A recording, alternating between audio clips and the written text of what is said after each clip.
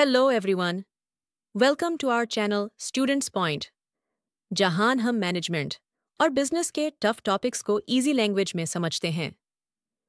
आज हम बात करने वाले हैं जॉब इवैल्यूएशन के बारे में, एक ऐसा टॉपिक जो ह्यूमन रिसोर्स मैनेजमेंट या एचआरएम के सिलेबस में बहुत इंपॉर्टेंट है।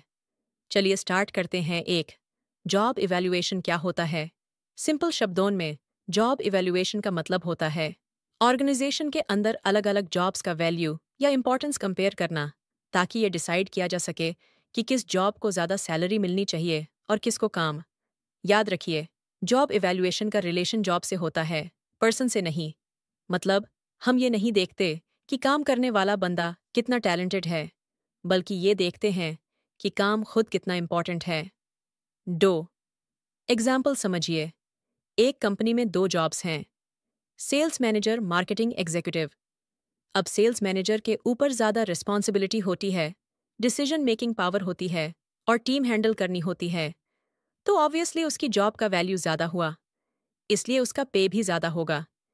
इसी प्रोसेस को हम जॉब इवैल्यूएशन कहते हैं, जिससे सैलरी स्ट्रक्चर फेयर और इक्वल रहता है। थर्ड, जॉब इवैल्यूएशन के ऑब्जेक्टिव्स, उद्देश्य। सबको फेयर और इक्वल पे देना, वेज डिस्क्रिमिनेशन, सैलरी में भेदभाव को खत्म करना। जॉब हायरार्की बनाना, कौन सी जॉब ऊपर है, कौन सी नीचे, प्रमोशन और करियर ग्रोथ में मदद करना, एम्प्लॉयज़ को मोटिवेट और सेटिस्फाई करना। 4, जॉब इवैल्यूएशन के मेथड्स में दो टाइप्स के मेथड्स होते हैं। A non quantitative methods, simple judgement based. 1, job ranking method, सब जॉब्स को कंपेयर करके रैंक दिया जाता है, जैसे first, most important, second, third. Simple है, पर लार्ज कंपनी के लिए थोड़ा इनएक्यूरेट हो सकता है।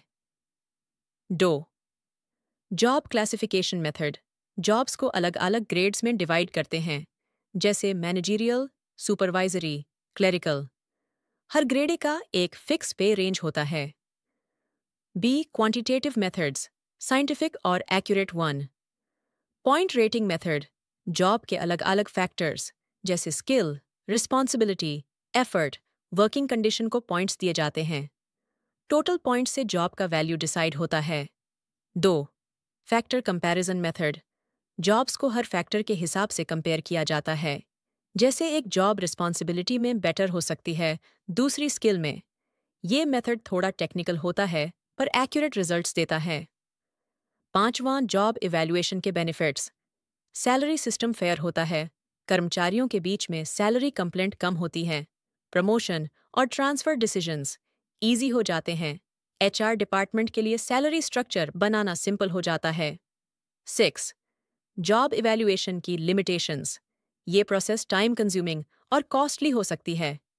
कभी कभी पर्सनल बायस, फेवरेटिज्म आ सकता है, ये सिर्फ जॉब का वैल्यू बताता है, एग्जैक्ट सैलरी नहीं।